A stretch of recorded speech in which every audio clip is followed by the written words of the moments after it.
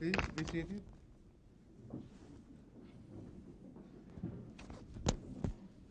Are they happy also? So shall we begin? Yes. No formalities? Yes. Okay. Those are the guests who would like to inquire anything, ask any question, they may please come forward and come to the microphone over there.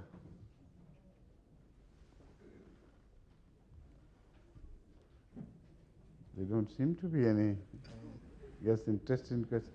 You are, perhaps. Come on.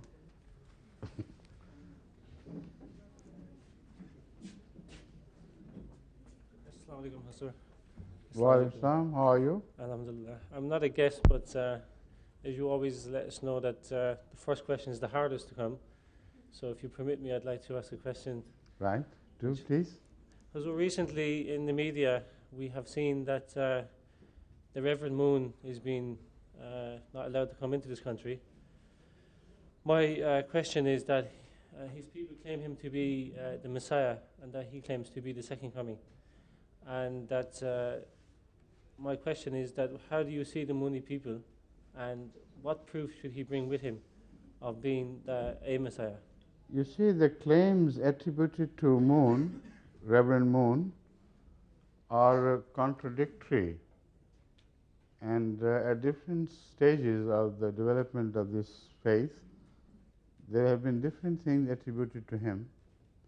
And I have read some of his own speeches and his own writings, and what I have understood from that is simply in the end ununderstandable, because at times he claims to be the personification of Krishna, at other times he claims to be the personification of Jesus Christ, yet at another time he says that Jesus failed to perform his mission,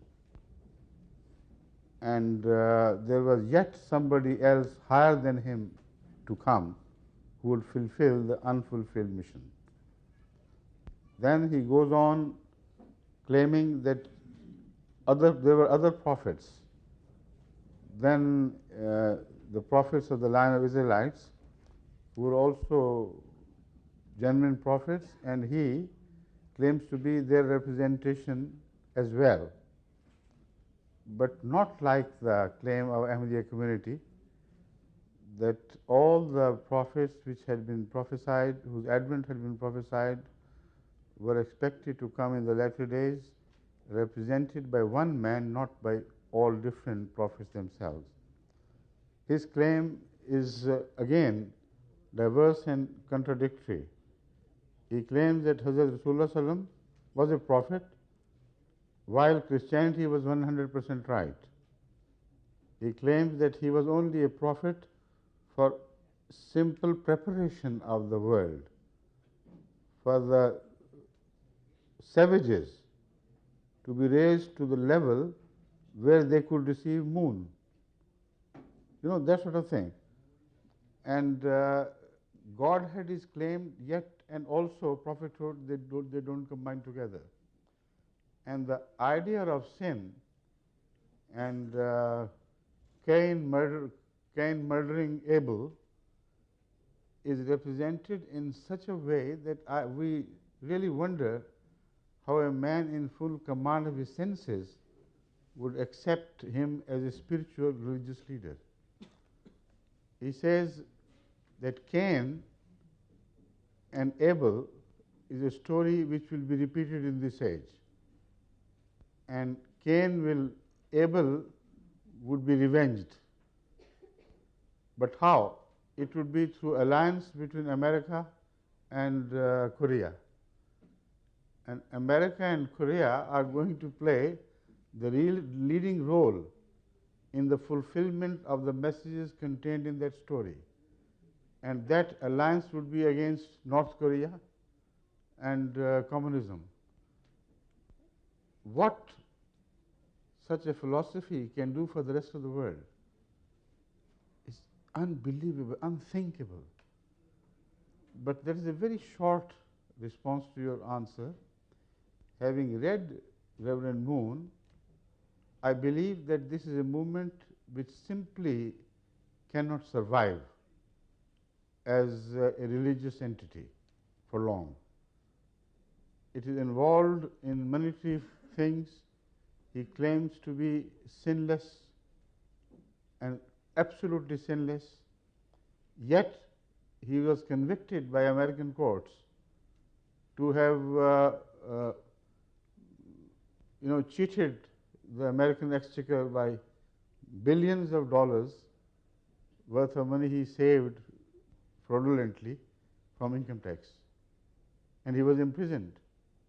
And he says that imprisonment, criminal imprisonment, was a sort of crucifixion for him. So he was crucified again. But what about Jesus' crucifixion? Was there any moral blemish on Jesus, even attempted by the Jews or his persecutors? None whatsoever. So the one who was innocent is blamed to be partly, not entirely criminal, but partly blemished.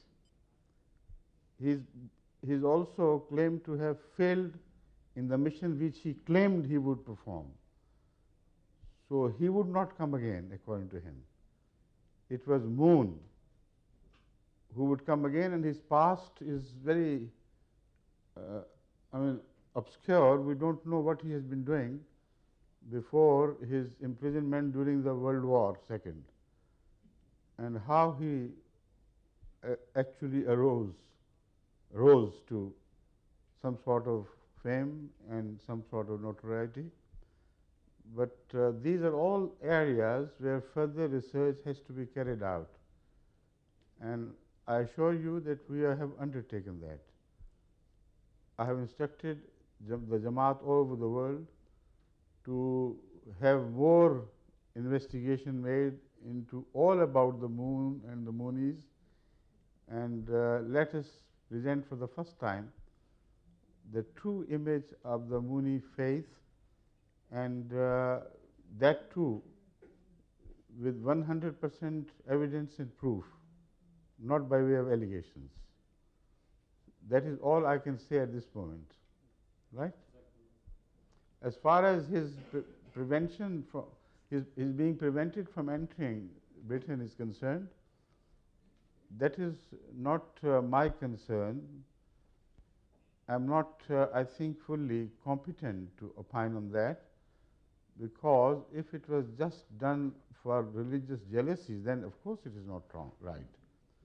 But if the British government had some secret information regarding his plans, and such secret information led them to believe that he would indulge in the similar activities in which he was found guilty of indulging in America, then of course the British government has the right to prevent such a person's entry. Thank you. Our next guest is Zishan Zulfikar from Crawley. Your full name was Zishan what? Zishan Zulfikar. Zulfikar. My question is about jihad. Is that not, as non-MD say that jihad is the hidden pillar of Islam, and they also say that MDs do not believe in jihad. Can you just, as I am on present studying the Ahmadiyya beliefs, can you just shed some light on this, please? You see, Ahmadis believe in all the fundamentals of Islam and all the detailed teaching to the last dot. We believe in the totality of the Holy Quran, and we believe that this book was not only valid 1400 years ago, it is still valid, it will continue to be valid as divine teaching which man must obey and follow.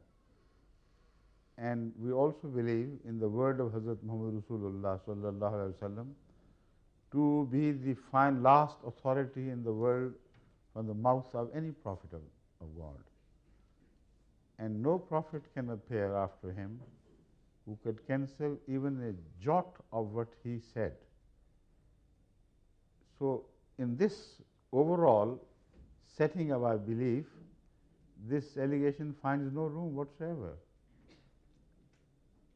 If at all, we must have been misrepresented by some, perhaps inadvertently, but by some we know positively, intentionally.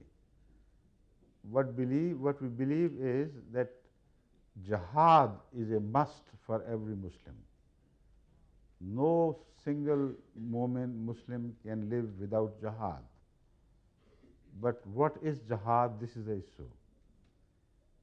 Is it Islamic jihad, what they represent it to be, to take up sword on the excuse of religious differences and to murder people for the crime of not agreeing with Islam? If that is jihad, then of course we do not agree with that, because the Holy Quran doesn't agree with that either.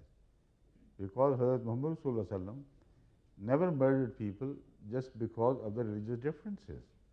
People came to meet him. He lived with the Jews, with the Christians, with the idolaters throughout his life, and never murdered or ordered anyone to be murdered because he did not agree with the faith in which he believed. So, there is no justification whatsoever for any scholar of Islam to misinterpret Islam on the issue of jihad and attribute a concept of jihad to the Holy Quran and to the conduct of Hazrat Muhammad Sallallahu Alaihi Wasallam, which has no relationship with them. So, what is jihad? The first jihad which is mentioned in the Holy Quran is the jihad with the Quran. So, the Holy Quran is addressing Hazrat Muhammad Sallallahu Alaihi Wasallam, says, وَجَاهِدْهُمْ بِهِ جِهَادًا كَبِيرًا. With this book, strive against them with the help of this book, the great striving. So, the greatest jihad of every Muslim is to strive for the victory of Islam with whatever lies in his capacity, by way of the Quranic teachings or by way of an example, beautiful example set before the people, by acting upon the Quranic teaching. This is the most wonderful jihad that one can think of, and this is Islamic jihad. Number two, the second jihad mentioned in the Holy Quran and also in Hadith is jihad against your own evil dispositions, your evil inclinations, etc., and to continue to wage a war against your bad self, which would continue to drag you to all that is satanic. And that is the jihad between light and darkness. And that jihad begins within a man individually and within a woman. By the word man, I mean both man and woman. And this is a jihad in which seldom we find people genuinely and seriously involved, yet they claim at the loudest of their voices, jihad, jihad, jihad. So, these are the primary two jihads which I have mentioned, which they totally ignore. The third in order comes jihad with sword. And what is that jihad? Can a fight with sword or bullets or guns be called holy, and if so, in what context? The Holy Quran is so clear on that there is no room for any ambiguity left if you read the Quran with due care and attention and honesty, of course. I have been quoting so often the fundamental verse concerning this jihad, the third type of jihad, which can be carried out with sword. By sword I mean all weapons. And this is found in a verse in Surah Al-Hajj. This is the first verse found in the Holy Quran which speaks of a permission to wage a war against those who Which those? I'm going to explain now. Not against those who disagree with your faith, not against those who, having heard your message, reject it. Not at all. The words, when you hear, you'll be surprised how they could be misinterpreted by anyone. أذن أعوذ بالله من الشيطان الرجيم بسم الله الرحمن الرحيم أذن للذين يقاتلون بأنهم ظلموا وإن الله على نصرهم لقدير. أذن للذين, permission is granted to those against whom the sword is already raised. Yuqataluna, any Arab can understand the meaning. No one can fail to understand the import of this verse, because simple injunction is simple injunction expressed in simplest terms. The raising of sword, the fighting, is permitted to those against whom the swords have already been raised. First condition. بِأَنَّهُمْ ظُلِمُوا, despite the fact that they have not committed any crime. They have given no cause of offense to anyone. But it is not over yet. وَإِنَّ اللَّهَ عَلَى نَصْرِهِمْ لَقَدِيرٌ. Verily, God has full power to help such people when they raise sword under the permission of God. Now, this is also a very significant part of this verse and also of jihad, because the scenario presented to us is that of a very weak people, so weak and apparently defenseless that any Tom, Dick and Harry begins to raise sword against them and trample upon their rights, despite the fact that they had not given anybody a genuine cause of offense. So the Holy Quran is so wonderful when it says, we are permitting you and we take the responsibility that if you use this permission, you will find God at your back. However weak you may be, when we grant permission, we are responsible that you will emerge victorious. This is exactly the promise made. Inna Allah ala nasrahim laqadir. To help them to victory is a small thing for Allah. He is capable of doing whenever He so decides. But the story of their persecution still continues, runs on. It says, Allazina ukhriju min diyarihim bighayri haqqin. Such innocent people against whom the atrocities have been committed, even to the extent they were turned out of their homes, out of their country, out of their birthplaces, bighayri haqqin, without any right of the people who turned them out. Then the Holy Quran tells us, illa an yaqulu rabbuna Allah. The only crime they committed was, they said, God is our Lord, the Provident. Allah Rabbuna. And this is the only claim they made which annoyed the opponents to a degree that they started committing all sort of cruelties against them, and they are not yet satiated, they are not satisfied. Having turned them out of their homes, they are still after them. Now this is in a sort of prophecy, in fact. It says, you have come to Medina, you have been turned out of your homes, but the war is not over against you. The sword will yet be raised, and this time if they come pursuing you, we permit you to fight back. This was indeed a prophecy of what happened at Badr, and the promise of Allah was kept so beautifully. Being small in number, being weak in other respects, pitched against an army of trained soldiers, the very pick of Mecca, who were 1,000, who were mounted, who had all sorts of equipments available at that time. And this small number of 313, who also included among them some lame people, some old people, some young boys who had not yet reached maturity. And the promise is so positive, so clear. This time, let them come. This time, if they wage a war, we have permitted you. And we are capable of defeating them. So, God is with you, don't care. And then the principle of jihad is mentioned.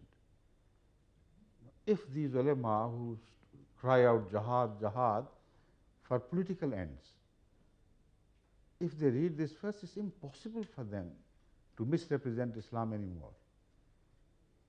The Holy Quran says, وَلَوْلَا دَفُّ اللَّهِ النَّاسَ بَعْضَهُمْ بِبَعْضٍ لَهُدِّمَتْ صَوَامِعُ وَبِيَعٌ وَصَلَوَاتٌ وَمَسَاجِدُ يُذْكَرُ فِيهَا اسْمُ اللَّهِ كَثِيرًا. If God had not permitted some to defend themselves against some others, then what would happen? لَهُدِّمَتْ صَوَامِعُ. The churches and Christian places of worship will be destroyed. The places of worship of the hermits and the recluse would also be demolished and destroyed. Places of worship of the Jews will be destroyed. And then also the mosques will be destroyed where God is remembered so often. Now, have you understood the message and the magnanimity of this message? According to this, jihad is to protect the right of worship, basically. If anyone interferes with the right of worship of even a Christian, any defender of that right, if killed, will be a martyr. Because it's the right of freedom of religion, right of freedom of worship. So instead of mentioning the mosques in the first place, the mosques are mentioned at the end of the list. It's a fantastic thing. The magnanimity of the Holy Quran finds no equal in the world of religious scriptures. So, this is the basic philosophy of Islamic jihad. Everything which should have been told about jihad has been told. If any claim of jihad, any interpretation of jihad contradicts this basic teaching and this comprehensive teaching, how can we agree with that? So we fully support this view, we agree with that, and that is why it was Ahmadiyya Jamaat in the first place which declared the situation of Bosnia as jihad against the invaders, because these things did apply there. Because the Bosnian Muslims were persecuted and vigorously attacked, and cruelties were committed against them of a nature which even were not committed against the Jews in Nazi Germany. Yet the world of Islam is lying inert, unconcerned. At best they have doled out some money, and that after the protests lodged by the Ahmadiyya community the world over. So the proponents of jihad are behaving like this when actually the time of jihad came. And we have been supporting their cause throughout. An Ahmadi, British Ahmadi was martyred there, and the press, national press also mentioned him. But we have been going against all odds to help them within the scope of the laws of the country where we live. But the point is, why didn't they see that if jihad was ever made compulsory in the modern times, this was the time? They called jihad, you know what? They called jihad to fight against Iraq. They called it jihad. In the name of jihad, they collected the support of 10 Muslim countries, because a Muslim country had invaded a part of the territory of another Muslim country which they claimed originally belonged to them, which they claimed that the British had carved out of their land and given over to somebody else. They say this is the fit case for jihad. And in this jihad, all the great world powers joined hands who were not Muslims. Have you forgotten the news of those days? When jihad was proclaimed at the loudest of their voices by Saudians and others who joined them? Even Pakistan sent a contingent of her army to fight shoulder by shoulder with Jews and Christians and Americans and Europeans and whatnot. But there is no harm in fighting shoulder to shoulder with others. But for a genuine political cause, for a religious cause, which you declare to be jihad, a holy war, it is not permitted to seek the help of the non-believers. Where did they draw their authority from? When they appealed to America, to Europe to come and join, if it was jihad, then it was not jihad. 100% I am certain it was not jihad at all. If ever it was jihad, then how on earth could they seek the help of America, Europe, and other states of the world? Because according to the example of Hazrat Muhammad Sallallahu Alaihi Wasallam, relating to the same battle of Badr, which I have spoken of, it is not permissible, it is not permitted to permit a non-believer to join you in jihad. While the Muslims were so small in number, apparently and actually were defenseless, unless it was the aid from Allah, help from Allah, they couldn't have won the battle. But at that time, some companions of the Holy Prophet jubilantly reported to Hazrat Rasulullah Sallallahu Alaihi Wasallam that we have got to our side an Arab idolater who was known for his valor and his great art of fighting, who had become a legendary figure in his lifetime. He had come and offered his services to fight with the Muslims against the invaders from Mecca. When Hazrat Muhammad Rasulullah Sallallahu Alaihi Wasallam heard this, while he was in such a dire need of help, he refused to permit him to fight with the Muslims. And he said, holy war, that is jihad, is for the sake of Allah. And Allah is sufficient for us. We will not defile the name of the holy war by permitting a non-believer to come and join the battle with us.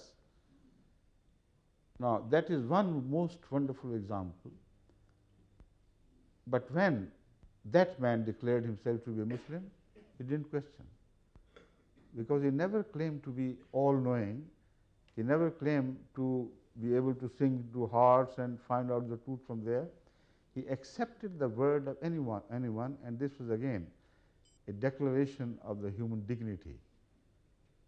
Every man is free to call himself whatever he is.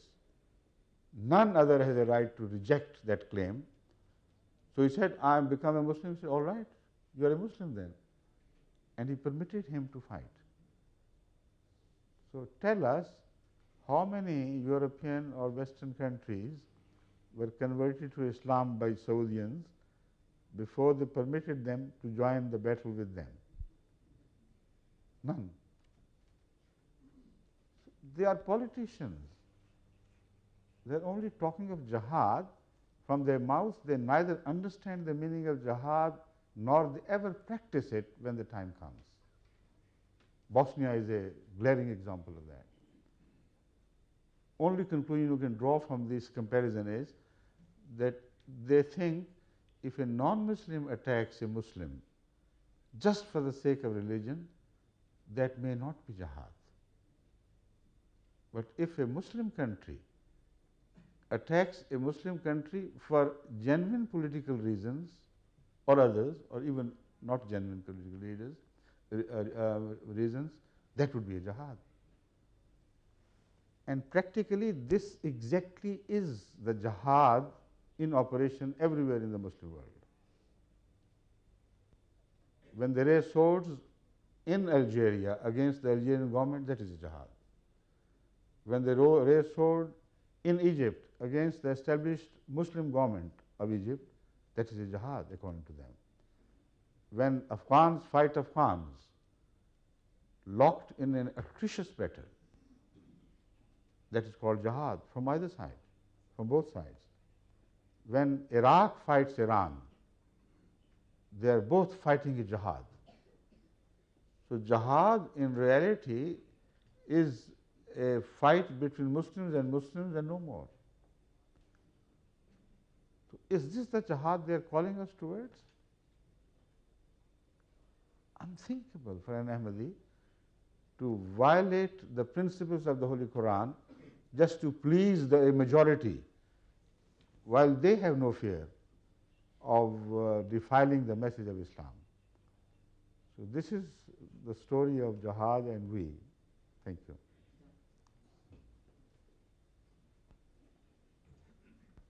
I invite Annette Trott, please. I have a question for you. As I understand it, Muslims as a whole believe that Jesus Christ wasn't the Son of God. Why do you base your belief around that? Why do you believe, from my understanding, you believe he's a prophet, wasn't he? Of course. Yeah. See, first of all, I believe that it's against the very concept of God to bear children, to have anything to do with reproduction in human terms. Now, if you define the term son, then you can understand what I'm suggesting. But without going deeper into the definition of son-father relationship, it's impossible to apply the same term to the birth of Jesus Christ. A son is born when there are two partners who participate, and one partner provides half the chromosomes and the other partner provides the other half of the chromosomes, which are essential for the making of a child. So if there is no other partner, the only other possibility is that a single parent gave birth to a child providing both the prerequisites of in terms of chromosomes and in hermaphrodites and in other some cases scientifically it is possible, though it's a very rare chance in application to human experience, because such cases have never been investigated in earnest by scientists so far. So that is a blank area. But still, one cannot rule out the possibility of single parent giving birth to a child in the animal kingdom as such. So what is possible in animal kingdom can also be possible in human beings. So our understanding based on this is that Jesus' mother had a special quality. I don't say exactly like the quality of someone who has both male organs and female organs together. Some of them are operated upon and removed, so that the other half begins to is given freedom to develop freely, and that happens in the case of such news as you read about change of sex. There is no change of sex possible for man to make. Only it is God's creation which offers you both the options. So one option is taken and the other is rejected. So whatever might have happened, if this is not possible, if the Christians reject this as a possibility, how can they accept as possible God emitting chromosomes. You know, some reproductive fluid flowing from God in the direction of Mary and entering her uterus and participating in the birth of the child to be. The moment you conceive such a possibility, you lose God instead of gaining Jesus. You lose everything. It's impossible for such a thing to happen. Even it is not possible for a goat to bear child by being married to a cock, can she? Or a dove to give birth by being through conjugation with a fox. You see, the species differ, and a joint birth of a son becomes impossible. But it's not a case of species, it's a case of God and creation. There is nothing common in God and creation of God to make it possible to have for God to have any act of reproduction with his own creation. It's the most horrid thing, which really horrifies me when I think of it in such detail. So, if the Christians don't believe it to have happened like this, then whatever other way they believe it to be, if God's characters were not transformed in the form of physical sperms carrying chromosomes, then whatever was done had to be done through creation. So, if the other proposition which I made is not acceptable, then the creation theory is the only theory which is acceptable by sensible people, but that creation theory can be referred to as a miraculous creation, but not participation. So, this is the clear picture as we have before us. The other option is that sometimes a person is referred to as son out of metaphoric usage of the word to indicate love, special affinity, closeness, nearness, etc. And the Bible has ample evidence to support this view. What is children of Israel? They are referred to as children of God. And firstborn of God is mentioned in the Old Testament in application to Malek Shalom. So, when this usage, and also Isaac is known to have, is referred to as the firstborn of God. So, if you conceive all these things, bring them into play in your mind, then the only option left for you would be to accept Jesus, either a natural creation but a rare natural creation, or a miraculous creation but a very rare and special miraculous creation. But in no way can you call him literally the Son of God. And Jesus' own usage of these terms proves beyond a shadow of doubt that he is speaking in metaphorical terms. If you reconsider the meaning of that parable of vineyard, then you will understand what I mean. He speaks of a garden, a vineyard where grapes are grown, which was entrusted to these managers, but not directly related people. Now, I am talking of that parable in my own words, but what I am telling you will be exactly the right thing, although the words will be different.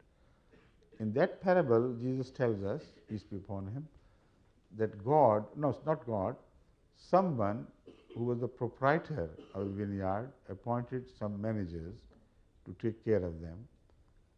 And when the time of fruition came, rebellion was raised against him, and robbers and laborers, they all took away the fruit and ran away with it, and nothing was left for the master. So next time God sent his own son, not God, I mean the proprietor. He sent his own son to take care of the garden or the vineyard. But the same treatment was meted out to him.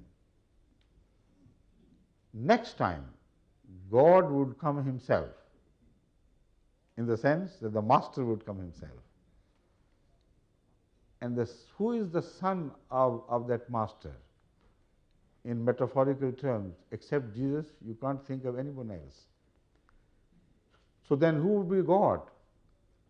The next prophet of Allah, who would appear in the world later on. Without this, there is no genuine interpretation which you can rightfully attribute to this. So we believe that it is just a status expressed metaphorically in internal comparison. Jesus came as Son of God, and the one yet to come had to be greater in his position and nearer to God in his relationship. So that you can express after Son, what is left? He himself. And that is exactly we found written in the Holy Quran about Hazrat Muhammad Rasulullah sallam. Ma ramaita is ramaita walakin Allah rama. It was not you when you threw the handful of pebbles. It was God who did it. Then the Holy Quran tells us that when they were getting initiated at the hand of Hazrat Muhammad Rasulullah sallam, God mentions it in the Holy Quran, it was his hand above their hands. But it says, it was not your hand, it was the hand of Allah. Yadullahi fawqa aydihim.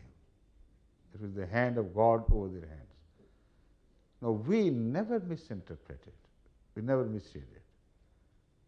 We never even remotely dream of Hazrat Muhammad Rasulullah sharing Godhead with Allah. We understand their metaphors, their parables. So, and we invite to the same attitude, to our Christian friends to the same attitude, to understand Jesus in his right perspective. He was one of the prophets, although he was a great prophet indeed, because his task was not just that of a prophet, his task was also that of a Messiah, a Christ, which was an added title to his title of prophethood. So as such, we respect him, we believe in him, we know him to be a true man, nothing but true, but we don't attribute to him the sonship which Christians attribute to him.